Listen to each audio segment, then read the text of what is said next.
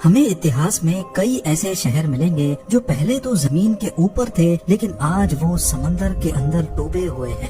Grease کے سمندر میں 5000 سال پرانا ایک پورا شہر ڈوبا ہوا ہے جس کو پاولو پیٹری کہا جاتا ہے۔ وقت کے گزرتے ہمارے ارتھ کی جیوگرافی چینج ہو رہی ہے۔ گلوبل وارمنگ کی وجہ سے اوشنز کا پانی بڑھ رہا ہے اور اس بات میں کوئی شک نہیں ہے کہ آنے والے سالوں میں دنیا کے کئی چھوٹے بڑے شہر پورے کے پورے پانی کے اندر ہوں گے۔ اس گلوبل وارمنگ کے نتیجے میں انڈیا، پاکستان اور بنگلہ دیش کے کون کون سے شہر کتنے اور کب ڈوبیں گے، یہی سب کچھ آپ آج جاننے والے ہیں۔ ناظرین، کہیں نہ کہیں ہم سب نے گلوبل وارمنگ کا نام سن رکھا ہے۔ ہمارے پلانٹ کا ایوریج ٹیمپریچر دن بدن بڑھتا جا رہا ہے جس کی وجہ سے گلیشیئرز تیزی سے پگھل رہے ہیں۔ ایئر 1880 سے لے کر آج 2022 تک ہمارے ارتھ کا ایوریج ٹیمپریچر 1.4 ڈگری سیلسیس تک بڑھ گیا ہے، اور اگر صرف پچھلے 20 سالوں کو دیکھا جائے تو ہر سال پچھلے والے سے زیادہ گرم ہوتا ہے، جس کا مطلب ہے کہ گلوبل وارمنگ کا ریشو تیزی سے بڑھتا جا رہا ہے، اور ناسا کے مطابق اس بات کے 95% چانس ہے کہ یہ گلوبل وارمنگ ہیومن ایکٹیویٹی کی وجہ سے ہو رہی ہے، جس میں ماس لیول پہ ڈیفارسٹیشن اور فوسل فیولز کا استعمال ہونا بھی ہے۔ فوسل فیولز کے جلنے کی وجہ سے مختلف گیسز ایٹماسفیئر میں اکٹھی ہو کر گرین ہاؤس ایفیکٹ پیدا کر دیتی ہیں۔ اب اس کے نتیجے میں دنیا بھر میں موجود برف کے گلیشیئرز آہستہ آہستہ میلٹ ہو کر اوشنز کا لیول بڑھا رہے ہیں۔ فوسل فیول استعمال کرنے سے پہلے ہی ایئر 1800 سے لے کر 1900 تک اوشنز کا لیول 6 سینٹی میٹرز تک بڑھ چکا تھا، یعنی تقریباً 2.5 انچ۔ لیکن فوسل فیولز انسان کے ہاتھ لگنے کے بعد سے اوشنز کے لیول میں خاطر خواہ اضافہ دیکھا گیا۔ ایئر 1900 سے لے کر 2000 تک اوشن لیولز میں 19 سینٹی میٹرز کا اضافہ دیکھا گیا ہے، جو پچھلے 100 سالوں کے مقابلے میں قریب 3 ٹائمز زیادہ ہے۔ اس سے بھی بری خبر یہ ہے کہ اگر ایئر 2000 سے لے کر آج 2022 تک صرف ان 22 سالوں کو دیکھا جائے تو اوشنز کا لیول پچھلے 100 سالوں کے مقابلے میں ڈبل اسپیڈ سے بڑھ رہا ہے۔ نیشنل ایٹماسفیرک ایڈمنسٹریشن کا کہنا ہے کہ اگر اسی اسپیڈ سے گلوبل وارمنگ ہوتی رہی اور گلیشیئرز میلٹ ہوتے رہے تو ایئر 2100 تک ہمارے سمندروں کا لیول 2.5 میٹرز تک بڑھ جائے گا، اور یہ واقعی ایک بہت ہی الارمنگ سچویشن ہے۔ یعنی ایئر 2100 تک وہ کوسٹل سٹیز جو بالکل سمندر کے ساتھ لگی ہوئی ہیں اور جن کی ایلیویشن بھی صرف 2.5 میٹر یا اس سے بھی کم ہے، وہ آدھی سے بھی زیادہ سمندر کے اندر ہوں گی، جیسا کہ تھائی لینڈ کا کیپٹل بینکاک۔ یہاں کی ایوریج اونچائی گلف آف تھائی لینڈ سے صرف 1.5 میٹر اونچی ہے، لہٰذا ایئر 2100 میں بینکاک کچھ اس طرح دکھے گا۔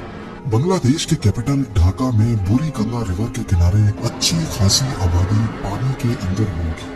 آذربائیجان کی بات کی جائے تو باکو کا زیادہ تر کوسٹل ایریا پانی کی نظر ہو چکا ہوگا۔ سنگاپور کے آؤٹ سکرٹس میں بنے کئی پروجیکٹس ڈوب جائیں گے، جس میں سنگاپور پورٹ بھی شامل ہے۔ اس کے علاوہ نیدرلینڈز کے ایمسٹرڈیم اور روٹرڈیم سمیت قریب آدھے سے زیادہ ملک ہی کمر جتنے پانی کے نیچے ہوگا، اور مالدیوز میں موجود سارے آئی لینڈز اور ان میں موجود ریزورٹس کا تو نام و نشان بھی نہیں رہے گا۔ یعنی ایئر 2100 تک قریب 1.5 ارب لوگوں کو ان مقامات سے ہٹ کر کہیں اور شفٹ ہونا پڑے گا۔ اب یہ تو ہم نے بات کی صرف اس سچویشن کی جب 80 سالوں کے بعد سمندروں کا لیول 2.5 میٹر بڑھے گا، لیکن ورسٹ کیس سینیریو یہ ہے کہ اگر دنیا میں موجود تمام گلیشیئرز میلٹ ہو گئے تو تب کیا ہوگا۔ ایک ایسٹیمیٹ کے مطابق اگر میلٹنگ ریٹ اسی اسپیڈ سے چلتا رہا تو 5000 سالوں کے بعد پورا Greenland, Arctic region, Iceland اور تمام گلیشیئرز میلٹ ہو جائیں گے، اور ان کی وجہ سے ہمارے اوشنز کا لیول 70 میٹر تک بڑھ جائے گا۔ لیکن ضروری نہیں ہے کہ یہ نوبت 5000 سالوں کے بعد ہی آئے۔ جس تیزی سے انسان دن بدن نیچرل ریسورسز کو ایبیوز کر کے آب و ہوا کو خراب کر رہا ہے، لگتا یہ ہے کہ یہ نوبت 2000 سالوں میں ہی آ جائے گی۔ تو اس سچویشن میں ہمارا ارتھ کیسا دکھے گا، اور سب سے بڑھ کر یہ کہ ہمارے سب کانٹیننٹ میں انڈیا، پاکستان اور بنگلہ دیش کے کون کون سے شہر انڈر واٹر سٹیز کی داستان بن کر رہ جائیں گے۔ سب سے پہلے ہم شروع کرتے ہیں بے آف بنگال سے۔